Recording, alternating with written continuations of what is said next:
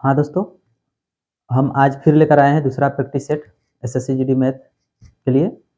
I hope आप सभी को पसंद आएगा। अगर पसंद आए तो लाइक शेयर सब्सक्राइब जरूर करिएगा। आइए देखते हैं पहला क्वेश्चन।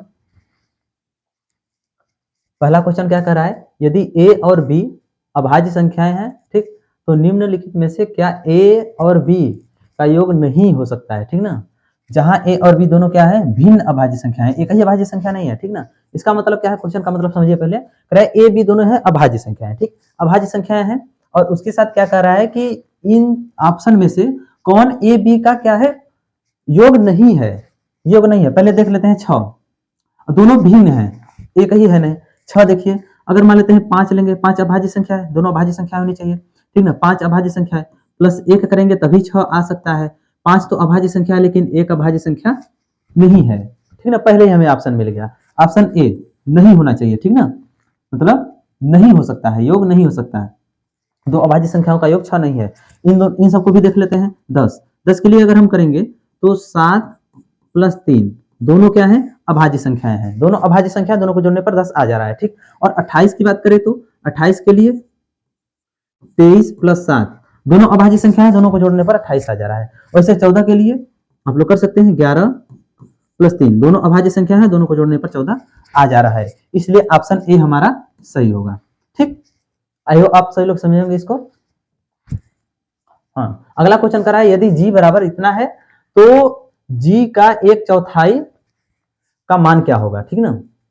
1/4 का मान क्या होगा, देखिए दो पद में है, एक पद यहाँ है और एक पद यहाँ है, ठीक ना। तो दोनों पद को पहले सॉल्व कर लेते हैं। इसको सॉल्व करेंगे क्या मिलेगा, 12 8 96, यहाँ से तो 8 मिल गया, ठीक। प्लस अब यहाँ से क्या मिलेगा, 20, 20 का आधा कितना हो जाएगा, 10, और 10 का करेंगे 140, 140, ठीक ना। 140 8 हो जाएगा 48, मतलब 148। अब आप लोग इसको अगर नहीं पढ़ेंगे तो क्या करेंगे, ऑप्शन ए मार देंगे, जो कि गलत है, ठीक ना। इसका कह रहा है क्या, 1/4 मतलब 4 से भाग देना है। 4 से भाग देना है तो क्या करेंगे हम लोग, 12 चौके 48 और 25 हो जाएगा 37, 12 37 हो जाएगा ना। 4 से भाग देंगे तो 4 तिहाई 12 और बचा कितना 28, 4 28, 37, जो कि ऑप्शन बी है, ना कि ऑप्शन ए, ठीक ना। क्वेश्चन को पूरा समझ के तो फिर करिए। अगला क्वेश्चन क्या कर रहा है, वह छोटी से छोटी संख्या ज्ञात कीजिए जो क्रमशः इतना इतना से विभाजित करने पर इतना शेषफल बचे। तो पहले हम लोग देखते हैं शेषफल क्रमशः की बात है, कितना कितना डिफरेंट है, ठीक ना। 20 में से 13 घटाएंगे 7 बचेगा, 48 में से 41 घटाएंगे 7 बचेगा, और 36 में से 29 घटाएंगे तो 7 बचेगा। मतलब जो डिफरेंट है हमारा, डिफरेंट जो है 7 का आ रहा है हर एक स्थिति में। तो इन सब का क्या निकालेंगे, एलसीएम निकालेंगे। एलसीएम जब निकालेंगे हम लोग, तो एलसीएम निकालेंगे तो निकाल कर देख लेते हैं कितना होगा, 20 48 36, इन सबका एलसीएम अगर निकालना है तो हमें निकाल लेते हैं शॉर्टकट में फटाक से। 4 से पहले भाग देंगे, 2 से करने के छोड़िए, हमें एलसीएम ही निकालना है ना। 4 पंचे 20 और 12 चौके 48, 9 चौके 36, ठीक ना। 4 से 12 कटेगा, ठीक ना, 4 से कट जाएगा, दोनों नहीं कटेंगे। 5 ये 3 बार में कटेगा और 9। अब देखिए अगर 9 ले लेते हैं तो ये तो पहले 3 से कट जाएगा, 3 से कट जाएगा, बचेगा 5, 5 से भाग देंगे, 5 9 45, 45 चौके हो जाएगा 180, 180 चौके कितना हो जाएगा, 18 चौके 72, मतलब 720 इसका एलसीएम हो जाएगा, ठीक ना। अब एलसीएम हो गया। अब ये आप लोग जानते हैं कि डिफरेंट सभी स्थिति में क्या है, 7 का है, 7 कम है, ठीक ना। सभी में 7 कम हो जा रहा है। रिमाइंडर रिमाइंडर जो हो रहा है इससे जो भाजक है उससे 7 कम है, ठीक ना। तो 7 कम है तो क्या करेंगे, टोटल एलसीएम में से 7 घटा देंगे। 7 घटाएंगे तो कितना, 20 में से 7 घटाएंगे बचेगा 13, 713, ऑप्शन सी, ठीक। आगे हाँ, ये क्वेश्चन देख लीजिए, पढ़ लीजिए आप लोग। ये क्वेश्चन बहुत इजी है, इसको कर लीजिएगा आप लोग। कमेंट सेक्शन में इसका आंसर जरूर बताइए, ठीक। देखिए क्या कह रहा है कि रमेश के पास 50 पैसे, 1 रुपये और 5 रुपये के सिक्के क्रमशः 2 3 5 के अनुपात में है, ठीक ना। और उसके पास कुल रकम जो है 216 रुपया है, और इसके पास 50 पैसे के कितने सिक्के हैं, ठीक। देखिए 50 पैसे के कितने सिक्के हैं, ये नंबर दिया है, रेशियो दिया है जो नंबर का है। तो मान लेंगे 50 पैसे के जो सिक्के हैं उसका रेशियो, ठीक ना, उसकी संख्या कितनी है, 2x, ठीक। और 1 रुपए के 3x, और 5 रुपए के 5x दिया है, 5x 5 ना, 5x। अब देखिए, अब रकम दिया है तो इसको भी रकम में ही बदल लेते हैं, सिक्के इतने हैं। अगर देखिए 50 पैसे के 2x रुपए सिक्के हैं तो टोटल कितना रुपया होगा, x रुपया। 50 पैसे को 1/2 रुपए लिख सकते हैं ना, रुपए में बदलना है सबको। अब इसको क्या करेंगे, 1 रुपए का है तो 3x, और उसके बाद अब ये कितने का है, 5 रुपए का है, मतलब 25x। अब सबको जोड़ देते हैं, जोड़ेंगे कितना होगा, 4 25 4 29, 29x, और 29x रुपया तो हुआ ना पूरा सिक्का जोड़ने पर, और वो कितना है, 116 रुपया है। जब 116 रुपया है तो इसको भाग देंगे, कितना मिलेगा भाई, 4 बार मिल जाएगा, 4, यक्स बराबर 4, यक्स बराबर 4 मिला। अब क्या करें, 50 पैसे के कितने सिक्के होंगे, 50 पैसे के कितने सिक्के थे, ये तो मूल्य है, 50 पैसे के इतने रुपए हैं, ठीक ना। कितने सिक्के थे, 2x, 2x थे, मतलब 4 दूनी 8, 8 जो कि ऑप्शन सी, सॉरी डी, ठीक ना। हाँ, एक क्वेश्चन देख लीजिए, पढ़ लीजिए आप लोग और इसको करिए। देखिए कह रहा है, कोहरे में चलने वाली गाड़ी एक व्यक्ति को पार करती है, ठीक, जो उसी दिशा में 3 किलोमीटर प्रति घंटा की चाल से गति के इस गति से क्या करे, पैदल चल रहा था, ठीक। वह व्यक्ति उस गाड़ी को 100 मीटर दूरी तक 4 मिनट तक देख सकता है। गाड़ी की गति क्या है, ठीक ना। गाड़ी की गति हमें ज्ञात करना है। कोहरे में जो है, देखिए पहले कोहरे में कोई गाड़ी आई, ठीक, कोई गाड़ी जा रही है, कोई गाड़ी जा रही है तो कह रहा है कि कोई आदमी उसे देखता है, उसी दिशा में जा रही है जिस दिशा में एक, मान लीजिए एक यहाँ आदमी जा रहा है, ठीक ना, एक आदमी जा रहा है इसी दिशा में, ये भी जा रहा है, किस रफ्तार से जा रहा है, 3 किलोमीटर प्रति घंटा के रफ्तार से, ठीक। 3 किलोमीटर प्रति घंटा के रफ्तार से आदमी जा रहा है, और उसी में क्या जा रही है, गाड़ी जा रही है, ठीक ना। जब गाड़ी जा रही है तो क्या होगा ये, अब देखिए, अब ये भी देखिए, समझिए बात को। अब देखेगा कब तक देखेगा, आदमी आगे जा रहा है, ठीक ना, आगे जा रहा है तो पीछे पलट कर देख नहीं रहा है, आगे जा रहा है तो गाड़ी जब गुजरेगी, गाड़ी यहां से यहां आ जाएगी, ठीक ना, गाड़ी यहां से यहां आएगी, मान लीजिए इसके सामने से जब गुजरेगी तभी से नहीं देखना शुरू करेगा, और देख रहा है कहां तक, 100 मीटर की दूरी तक। मान लीजिए गाड़ी यहां आई इसके सामने, तभी से देखना शुरू किया, ठीक ना, देखना शुरू किया, और कहां तक देखेगा, 100 मीटर की दूरी तक। बात समझ में आया, 100 मीटर की दूरी तक देखेगा, मतलब 100 मीटर गाड़ी गई आगे, 100 मीटर ही नहीं जाएगी, ये भी तो चल ही रहा है ना, ये रुक कर थोड़ी देख रहा है कि 100 मीटर तक देखेगा, मतलब 100 मीटर गई है गाड़ी बस। ये भी 3 किलोमीटर प्रति घंटा की रफ्तार से चल रहा है, 3 किलोमीटर प्रति घंटा की रफ्तार से चल रहा है, 4 मिनट तक देख रहा है, क्या है, 4 मिनट तक देख रहा है। जब 4 मिनट तक देख रहा है तो ये 100 मीटर तो गाड़ी गई ही गई 4 मिनट में, और उसके साथ ये जो चल रहा है तो जाते हुए देख रहा है, तो इसका रफ्तार भी वो जा रही है ना, तभी तो देख पा रहा है ना। देखिए अब क्या करेगा, ये भी 4 मिनट में कितना दूर जाएगा, पहले 4 मिनट में इसकी दूरी हम लोग निकाल लेते हैं, ठीक। 4 मिनट में इसकी दूरी जो है, दोनों एक ही दिशा में है, तो 3 किलोमीटर प्रति घंटा की रफ्तार से दूरी बराबर क्या होता है, चाल गुणे समय, 3 गुणे चाल जो है 4 मिनट है, 4 मिनट है ना, ठीक, मतलब 1/5, 1/5 किलोमीटर चलेगा, किलोमीटर प्रति घंटा की रफ्तार से चाल से हम लोग निकालें तो किलोमीटर चलेगा, ठीक ना, किलोमीटर चलेगा, मतलब कि अगर इसको मीटर में बदले, अगर मीटर में बदलें तो 200 मीटर, 1/5 किलोमीटर है तो 200 मीटर जो इंसान है ना, 200 मीटर जो आदमी है वो 4 मिनट में चला है, 200 मीटर चला है 4 मिनट में। अब उसके बाद तो 200 मीटर ये चला है और साथ में इसको 100 मीटर तक देख भी रहा है, तो गाड़ी कितनी चली, 200 प्लस 100, मतलब एक ही दिशा में जा रहे हैं ना, तो गाड़ी जो चली है, गाड़ी जो दूरी चली है, जो दूरी चली है गाड़ी की कितनी है, 300 मीटर, 100 और 200, 300 मीटर। अब 300 मीटर चली है और 4 मिनट में ही चली है, जब 4 मिनट में ही चली है तो 300 मीटर है, इसको चाहिए तो किलोमीटर में बदल लेते हैं, किलोमीटर में बदलेंगे तो क्या मिलेगा हमें, किलोमीटर में बदलेंगे तो मिलेगा 3/10 किलोमीटर, ठीक, 3/10 किलोमीटर मिलेगा। और उसके बाद समय जो है, समय को हम लोग घंटा में बदल लेते हैं, तो चाल निकालने के लिए चाल बराबर होता है दूरी बट्टे समय। दूरी जो है इसका कितना है 300 मीटर है, मतलब 3/10 और भाग करना है तो पलट के गुणा कर देंगे। और समय जो है 4 मिनट, यही वाला समय है ना, मतलब इतना घंटा। 1 मिनट, घंटा जो है ये नहीं होगा, घंटा जो है 4/60 घंटा होगा ना, 4 मिनट का 4/60 घंटा, तो 60/4 हो जाएगा, भाग होता गुणा कर देंगे ना।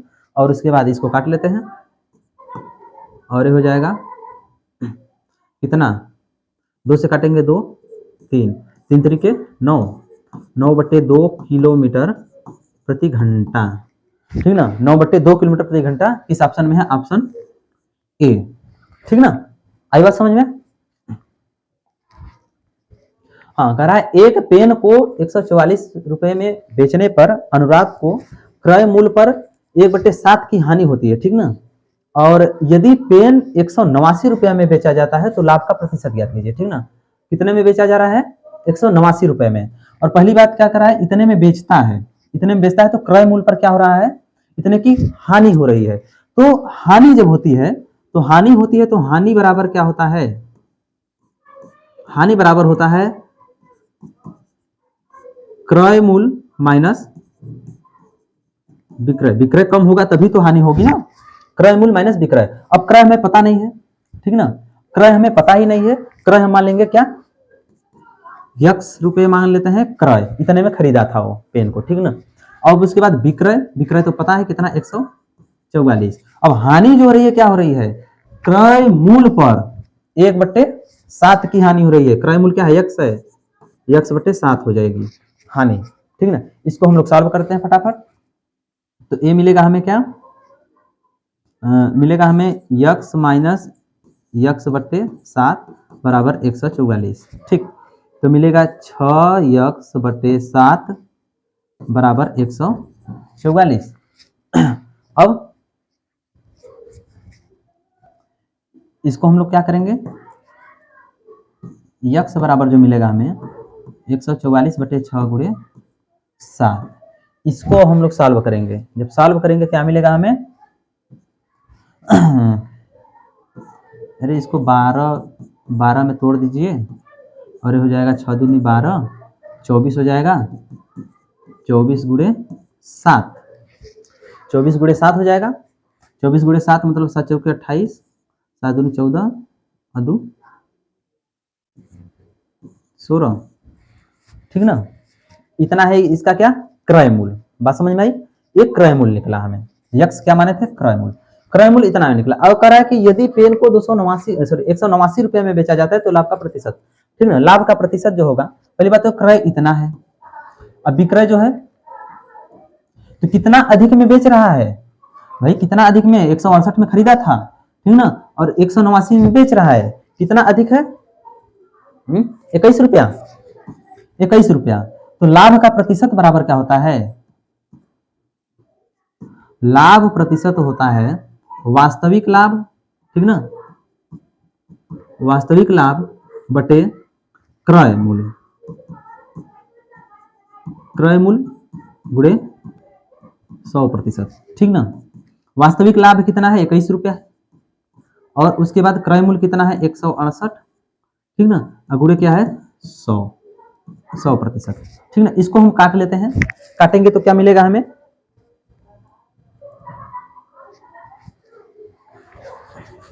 21 चौक 84 और 84 दूना 168, तब 4 मिलेगा, 4 सॉरी 8, 8 बार में कटेगा ना, 8 मिलेगा। 8 का 100 में जब भाग देते हैं तो क्या मिलेगा 12.5, 8 4 से भाग देंगे तो 25 हो जाएगा, 25 का आधा 12.5। बात समझ में आया। अगला क्वेश्चन, अगला क्वेश्चन क्या कह रहा है कि किसी व्यक्ति ने 96 रुपए में कोई सामान खरीदा और 25% के लाभ पर बेच दिया, ठीक ना। तो सामान का विक्रय मूल्य क्या है, सामान का विक्रय मूल्य, ठीक, विक्रय मूल्य क्या है हाँ, क्रय मूल्य जो है इतने में खरीदा था, जो सीपी है इसका 96 रुपया है, ठीक। और उसके बाद लाभ जो है प्रॉफिट, प्रॉफिट जो है 25% है, ठीक ना। 25% लाभ और हानि जो होता है वो क्रय मूल्य पर होता है। बात समझ में आई? क्रय मूल्य पर लाभ और हानि होता है। तो ठीक 25% तो है, 25% इतना बेचता है और 25% का लाभ कमाता है, ठीक ना। तो एक क्रय मूल्य है, क्रय मूल्य का 25% जो लाभ है, वास्तविक लाभ निकाल लेते हैं। वास्तविक लाभ, वास्तविक लाभ मतलब 96 का 25%, ठीक। 96 का 25% क्या हो जाएगा? 1/4, 4 से भाग देंगे इसको, क्या हो जाएगा? 24 चौके 96, 24। ये 24 रुपया जो है इसका क्या है? वास्तविक लाभ है। ध्यान से समझिए, वास्तविक लाभ है। अब कह रहा है वास्तविक लाभ तो ये हो गया, अब विक्रय मूल्य क्या होगा? अरे भाई क्रय मूल्य 96 रुपया में खरीदा है और 24 रुपया लाभ कमाकर बेच रहा है, तो 24 और 96 वही तो उसका लाभ हो जाएगा। 24 96 कितना हो जाएगा? 0, 11 12 मतलब 120। 120 इसका क्या हो जाएगा? विक्रय मूल्य। बात समझ में आई? अगला क्वेश्चन कह रहा है किसी शोरूम में किसी वस्तु का सूची मूल्य जो है 2000 रुपया है और इसे 20%, 10% के क्रमागत छूटों में बेचा जाता है, तो इसका शुद्ध विक्रय मूल्य, जो बिक्री मूल्य होता है, क्या होता है? विक्रय मूल्य या बिक्री मूल्य, ठीक ना। तो 2000 रुपए का क्या है? सामान है शोरूम में कोई भी वस्तु, ठीक। अब उसके बाद क्या कह रहा है? 20% और 10% छूट पर, ये छूट है, 20% छूट है तो 80% पर तो बेचा गया है। बात समझ में आई? और उसके बाद 10% छूट है मतलब 90% पर बेचा गया है। बात समझे? अब उसके बाद इसको हम लोग सॉल्व कर लेते हैं।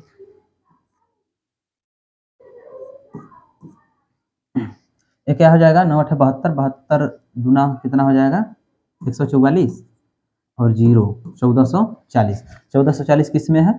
ऑप्शन सी, ठीक। आगे कह रहा है 81 परिणामों का औसत जो है कितना है? 81 परिणामों का औसत जो है 54 है। यदि प्रथम 59 परिणामों का औसत 52 है और अंतिम 21 परिणामों का औसत 60 है, तो 60वें परिणाम की गणना, ठीक, 60वें परिणाम की गणना। इसको ऐसे समझिएगा, यहां से यहां तक 81 परिणाम है, ये 81वां है, ये पहला है, और पहले से इस टोटल का औसत अगर बात करें हम, टोटल का औसत जो है यहां तक, टोटल का औसत जो है कितना है? 54 है। 81 का कितना है? 54 है, ठीक ना। 54 है तो टोटल का औसत जब है तो टोटल कितना होगा? टोटल अंक कितना होगा? टोटल परिणाम कितना होगा? 81 से गुणा कर देते हैं। 81 से गुणा करेंगे तो क्या मिलेगा हमें? क्या मिलेगा? 43 74,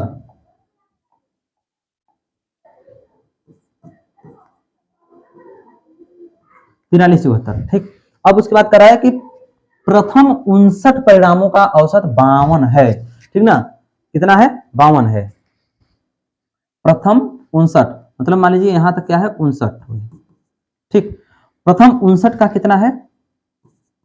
52 है, तो 52 में 59 का गुणा कर देंगे तो कितना मिलेगा हमें? 3098, 3098 नहीं, एक मिनट, 68, 3068 मिलेगा, ठीक। अब उसके बाद करा है अंतिम 21, यहां से अंतिम 21, ठीक ना। 21 परिणाम का कितना है औसत? 60 है, ठीक ना। कितना है? 60 है, तो 21 दूना 42 कितना हो जाएगा? 21 परिणाम का 6 दूनी 12 हो जाएगा कितना? 1260, 1260 होगा, ठीक, 1260 होगा। अब देखिए, अब इन सबको जोड़ लीजिए, 52, क्या 52 परिणाम जो है, सॉरी 59 परिणाम और 21 परिणाम दोनों मिला करके 81 हो जा रहे हैं? नहीं हो रहा है ना। इन दोनों को जब जोड़ेंगे 59 और कितना हो जाएगा? 80 होगा। 80 होगा मतलब ये वाला जो 59 के बाद 60वां यहाँ बचा हुआ है, और 60वें परिणाम का ही गणना करने के लिए कह रहा है। अब टोटल में से इन दोनों को जोड़कर घटा दे तो जो बचेगा यही ना होगा। अब भाई 59 परिणामों का जो योग है इतना है, ठीक ना, 59 परिणामों का योग इतना है और 21 परिणामों का योग इतना है। अब ये दोनों तो हो गया, अब उसके बाद बचा क्या, 60वां बचा है ना। 60वां बचा है मतलब कि टोटल में से अगर इन दोनों को जोड़कर घटा दे, मतलब इन सबको घटा दे तो मिल जाएगा हमें। तो इन दोनों को जोड़ लेते हैं, जोड़ेंगे तो क्या मिलेगा,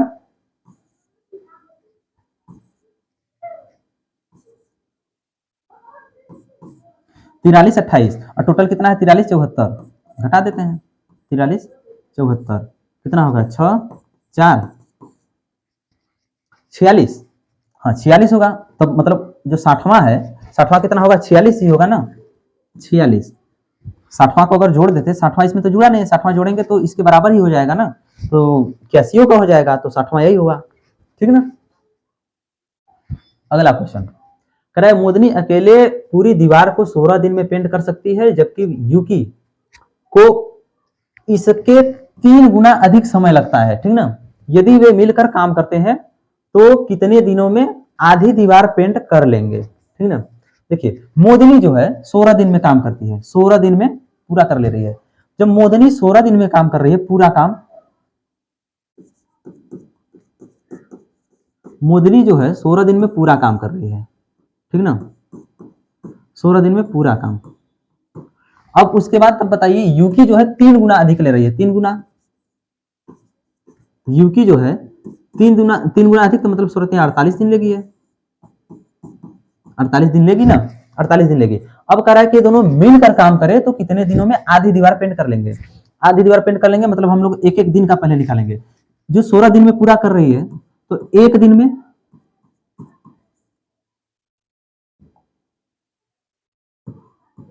एक दिन में कितना काम करेगी मोदिनी, 1/16 भाग, ठीक।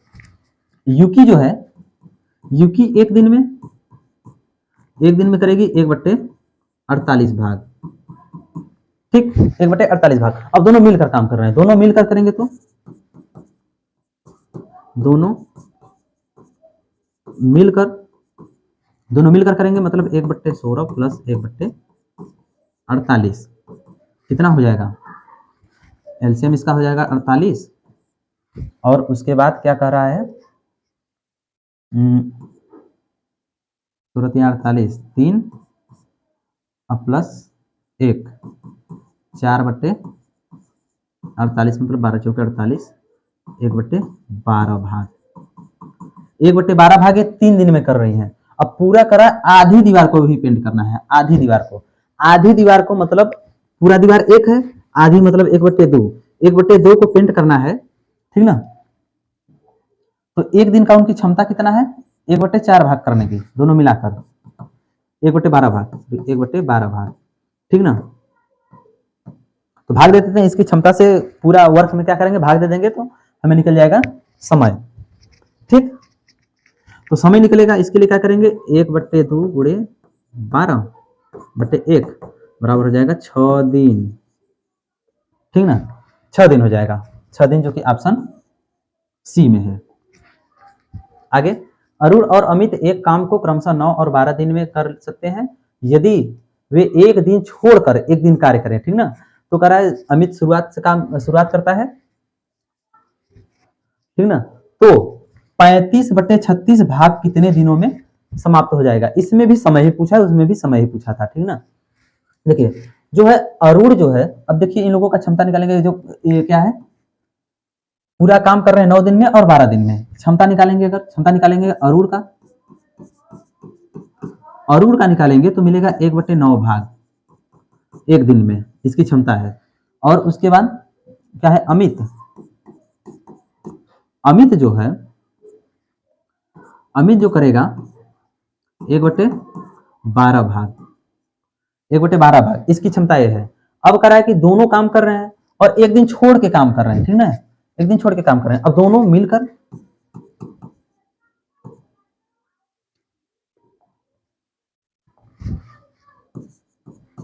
दोनों मिलकर जो कर रहे हैं 1/9 प्लस 1/12 मतलब हो जाएगा 36, तो हो जाएगा एलसीएम, ये हो जाएगा 4 और हो जाएगा 3, ठीक ना। मतलब 7/36। 7/36 से क्षमता होगी इन दोनों को मिलाकर, ठीक ना, इतना भाग करेंगे। अब कर पूरा काम नहीं, 35/36 भाग करना है। 35/36 भाग काम करने में कितना दिन लेंगे, ठीक ना, कितना दिन लेंगे भाई 35/36 भाग करने में, मतलब 35/36 भाग काम करने में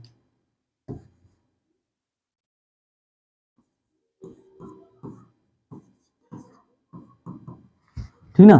अब पूरा जो काम है इसमें हम भाग किसका देते हैं, क्षमता का जब भाग देते हैं तो क्या निकल कर आता है, दिन निकल कर आता है, समय निकल कर आता है, ठीक ना।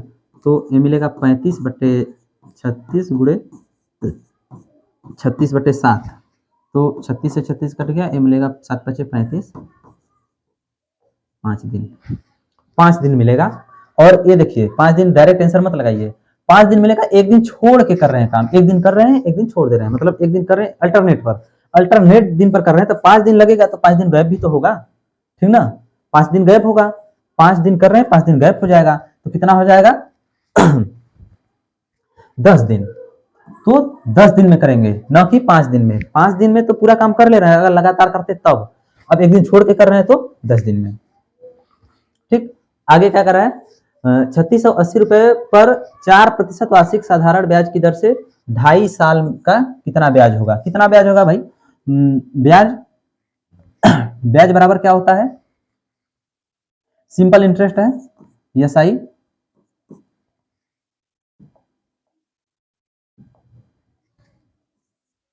यस आई जो होगा क्या होता है, PRT बाई 100, सिंपल इंटरेस्ट है।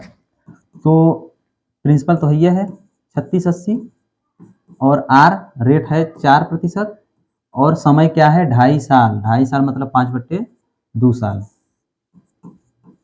ठीक, 5/2 साल, इसको काट लेते हैं, मिलेगा 2, 10, 10 मिल जाएगा, 2 जीरो से 2 जीरो कट जाएंगे, यहाँ 10 मिलेगा तो, और उसके बाद बचा कितना 368 रुपया, 368 रुपया क्या हो जाएगा, ब्याज हो जाएगा इसका, ठीक ना, 368 रुपया ब्याज, ऑप्शन ए, ठीक। आगे करा, यदि 64 रुपए की राशि को 2 वर्ष में जो राशि है 2 वर्ष में बढ़कर 83 रुपया 20 पैसा हो जाती है, तो साधारण ब्याज की उसी प्रतिशत दर पर 86 रुपए की राशि 4 वर्ष में कितनी हो जाएगी, ठीक ना। पहली बात तो 68 रुपए है, सॉरी 64 रुपए है, 64 रुपए, 64 रुपए की राशि है, और उसके बाद इसका एसआई निकालेंगे पहले, अगर हम लोग यहाँ देखिए, यहाँ इंटरेस्ट कितना है, ब्याज कितना मिल रहा है 64 रुपया है, और 83 रुपया हो जा रहा है, 83 रुपया हो जा रहा है, मतलब हो जाएगा 19 रुपया 20 पैसा मिल रहा है ना, 19 रुपया 20 पैसा बढ़ रहा है, तो एसआई लिखने से अच्छा 19 रुपया 20 पैसा सीधे लिख लेते हैं, ठीक ना। आर, आर हमें पता ही नहीं है, प्लस समय तो पता है 2 साल, 19 रुपया 20 पैसा हो जा रहा है जो है ब्याज, तो इसको करेंगे 64/2 आर बराबर हो जाएगा 1920, इसको काटेंगे तो मिल जाएगा हमें कितना 15% मिला, ठीक है, 15% ये मिला हमें, जब 15% मिला तो कह रहा है कि 86 रुपए, उसी प्रतिशत दर जो है वही रहेगा, बाकी सब चेंज है, ठीक ना। 86 रुपया मतलब एसआई इसका निकालना है, कितना कितनी हो जाएगी, कितनी हो जाएगी, तो इसके लिए क्या करेंगे हम लोग, पहले एसआई निकाल लेंगे, ठीक, एसआई निकालेंगे वही पीआरटी वाला फार्मूला, पीआरटी यहाँ पी चेंज हो गया है 86, आर भी चेंज है, मतलब आर तो वही है 15, और उसके बाद समय क्या है 4 साल है, ठीक, 4 साल है। तो इसके लिए हम लोग क्या करेंगे, इसके लिए हम लोग काटते हैं थोड़ा 25, फिर 5 से काटेंगे तो मिलेगा 5, ये मिलेगा 3, ये 3 मिलेगा। अब इसको काटते हैं 36 के 18,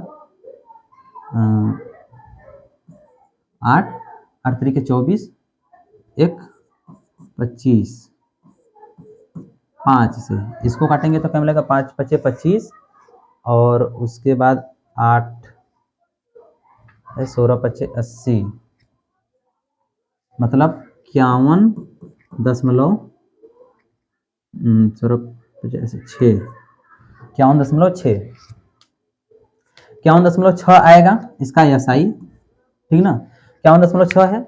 और ये राशि कितनी थी, 86 रुपये थी, 86 रुपये और 51.6 रुपये जब जोड़ेंगे तो क्या मिलेगा, 7 13, मतलब 137 रुपया 60 पैसा, 137 रुपया 60 पैसा मिलेगा, मतलब वो बढ़कर कितना हो जाएगी, 137 रुपया 60 पैसा, जो कि ऑप्शन डी में है। बात समझ में आई।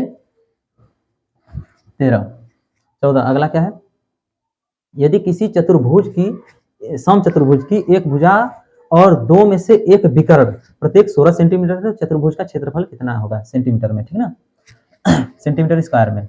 सम चतुर्भुज है और एक विकर्ण उसकी भुजा के बराबर है। पहली बात, सम चतुर्भुज है तो चारों भुजाएं तो बराबर ही होंगी ना, चारों भुजाएं बराबर होंगी, चाहे जैसे हो चतुर्भुज, सम चतुर्भुज है तो चारों भुजा बराबर होगी।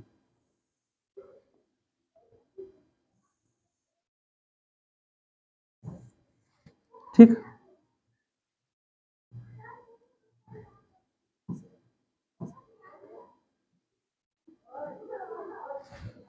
अब करा एक विकर्ण, दोनों विकर्ण तो बराबर नहीं कर रहा है ना, दोनों विकर्ण बराबर और भुजा बराबर है, पॉसिबल है ही नहीं। एक विकर्ण बराबर है, देखिए एक विकर्ण बराबर है, मान लेते हैं इसका नाम भी लिख देते हैं, कोई दिक्कत नहीं है, ठीक है ना।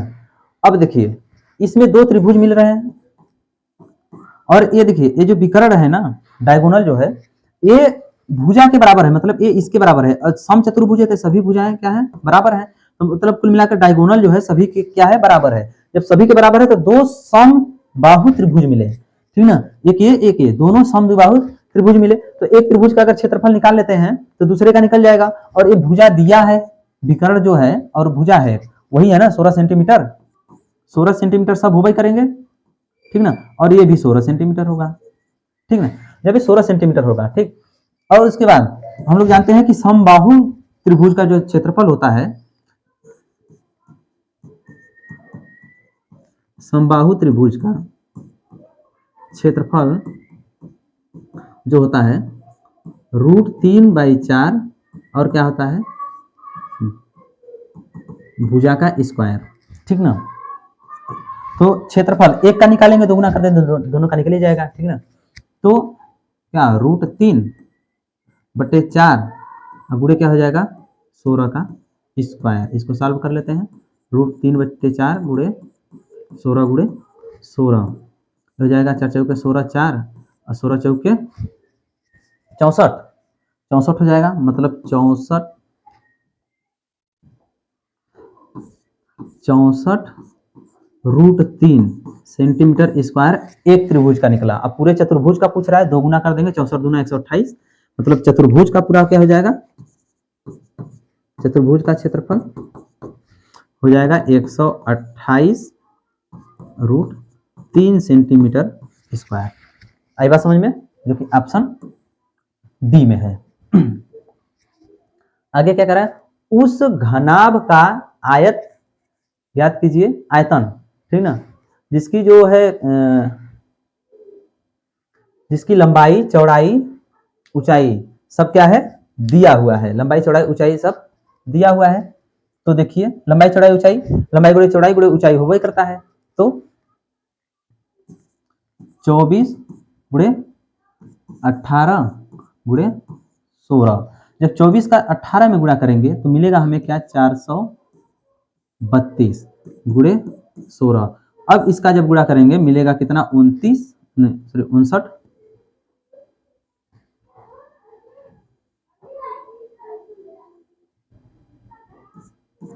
मिलेगा 59 और 12 सेंटीमीटर क्यूब, ठीक ना, आयतन है तो सेंटीमीटर क्यूब, जो कि ऑप्शन डी में है, और कुछ है नहीं इसमें। हाँ, आगे क्या कर रहा है, 100 मीटर की दौड़ में ए बी को 20 मीटर से हराता है और बी सी को 5 मीटर से हराता है, ठीक ना। ए जो है बी को, मतलब इधर दौड़ होते जा रही है, बी को 5 मीटर से हराता है, सॉरी 20 मीटर से हराता है, तो ए बी के बीच की दूरी क्या हो जाएगी, 20 मीटर, 20 मीटर हराता है। अब जो बी है सी को 5 मीटर से हराता है, सी को जो है 5 मीटर से,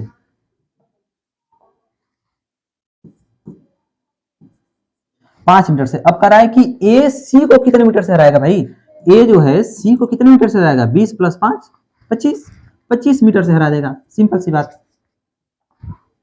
अब क्या कर रहा है, प्रकाश ने 2 वस्तुएं खरीदी जिसमें से प्रत्येक का मूल्य समान था, ठीक, और उसमें एक वस्तु को 20% के लाभ पर, दूसरी वस्तु को 25% के लाभ पर बेचता है, उसे कुल कितने प्रतिशत लाभ प्राप्त हुआ। मान लो दोनों का समान है तो दोनों का मान लेंगे वस्तु का जो क्रय मूल्य है, मान लेंगे क्या, वस्तु का क्रय मूल्य दोनों का समान है, क्रय मूल्य जो होगा चलो 100 रुपया मान लेते हैं, क्या है 100 रुपया मान लेते हैं,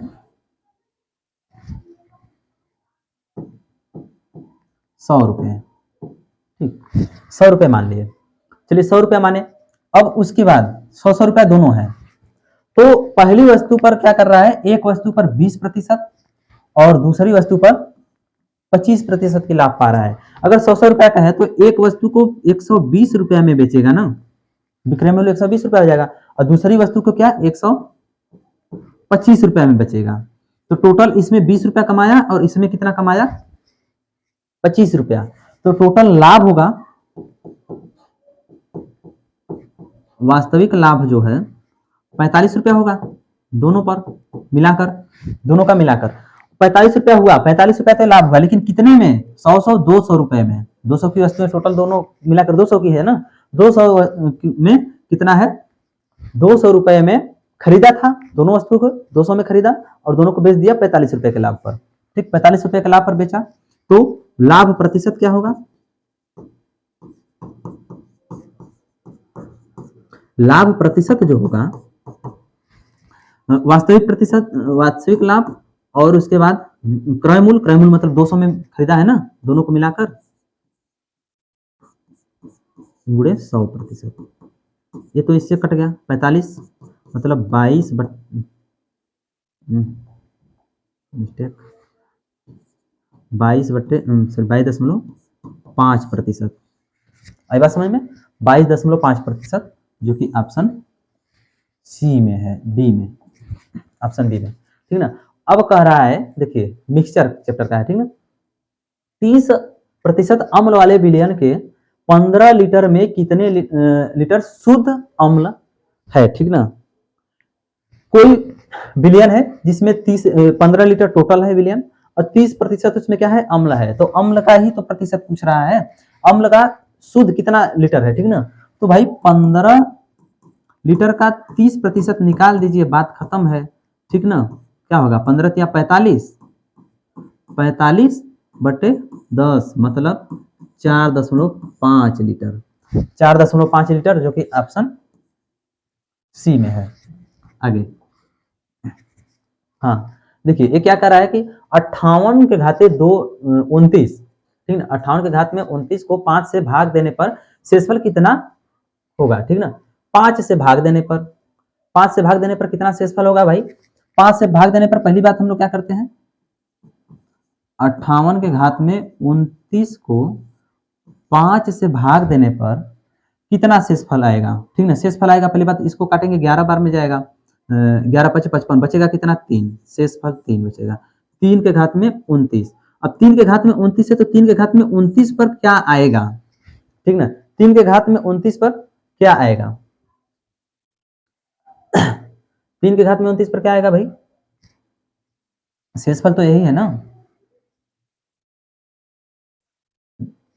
शेषफल यही है, तो 3 के घात में 29, 3 के घात में 29 को समझने से पहले क्या करेंगे, 3 के घात में अगर 1 रहेगा तो क्या मिलता है 3 मिलता है, 3 के घात में 2 रहेगा तो क्या मिलेगा 9 मिलेगा, 3 के घात में 3 रहेगा तो क्या मिलेगा 27 मिलेगा, 3 के घात में 4 रहेगा तो क्या मिलेगा 81 मिलेगा, 3 घात में 5 रहेगा तो फिर से 3 शुरू हो जाएगा लास्ट में, इकाई अंक, ठीक ना, तो क्या होगा हमारा 3 के घात में 1 है, मतलब 4 बार में रिपीट कर रहा है ना, 4 बार में रिपीट कर रहा है, तो अगर हम इससे 4 से भाग दे देंगे तो क्या हो जाएगा 7 × 28, 1 बचा, और 3 के घात में 1 के बराबर क्या हो जाएगा, हमें 3 के घात में 1 बराबर मिला 3, 3 के घात में 1 बराबर 3 मिल गया। हम इकाई अंक से पकड़ते हैं यहाँ, लेकिन क्या हुआ 3 के घात में 1 ही आ गया, ये सब आया नहीं। 3 के घात में 4-5 कुछ आया होता तो लिखा जाता, ठीक ना। तो क्या होगा 3 होगा। शेषफल हो गया हमारा 3, जो कि ऑप्शन सी है। अगला और लास्ट क्वेश्चन है, किसी स्कूल में, इस क्वेश्चन को पढ़िए और आप लोग करिए, ठीक ना। वीडियो को रोक कर लीजिएगा और इसका आंसर कमेंट सेक्शन में आप लोग बताइएगा। आइए हम लोग करते हैं, ठीक ना। किसी स्कूल में लड़कों की संख्या जो है, लड़कियों की संख्या का अनुपात, लड़कों और लड़कियों की जो संख्या का अनुपात है 3:2 है। 20% लड़कों और 25% लड़कियों की छात्रवृत्ति प्राप्त होती है, ठीक ना। तो कितने प्रतिशत छात्रों में लड़के लड़कियां दोनों आ जाएंगे, ठीक ना, को छात्रवृत्ति प्राप्त नहीं होती है, ठीक ना। देखिए कुल मान लेते हैं स्कूल में, जो उस स्कूल में है कुल कितने छात्र हैं, 100 छात्र हैं। चलो 100 मान लेते हैं, प्रतिशत में 100 मानने से क्या होता है, कैलकुलेशन हमारा इजी हो जाता है। अब क्या है, इस रेशियो में बच्चे हैं 100 में, इस रेशियो में अगर बांटेंगे तो लड़के हैं ना, लड़के 3 है और लड़कियां 2 हैं। तो लड़के और लड़कियां हैं, तो लड़के 3 है मतलब 60 लड़के हो जाएंगे, और जो 40 बच्चे क्या हो जाएंगी, लड़कियां, ठीक ना।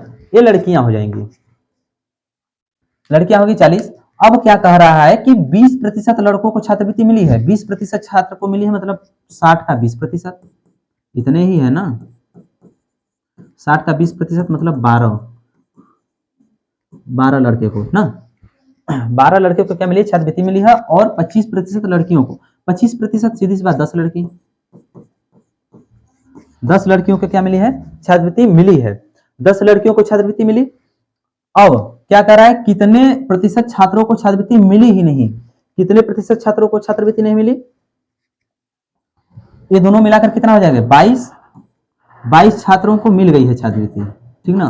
और टोटल 100 थे, ठीक 100 थे, 100 का 100% ये है, 100 थे, 22 को हटा दिए, कितना बचा 78। 78 छात्रों को छात्रवृत्ति नहीं मिली है 100 छात्रों में, तो इसको कुछ करना तो है नहीं, लीजिए कर भी देते हैं, क्या हो जाएगा 78%, 78%, जो कि ऑप्शन डी है। इसी के साथ हमारा क्लास समाप्त होता है, और मिलेंगे अगले क्लास में अगले प्रैक्टिस सेट के साथ, और ऐसे ही रोमांचक क्वेश्चनों को लेकर आएंगे। तब तक के लिए जय हिंद, धन्यवाद।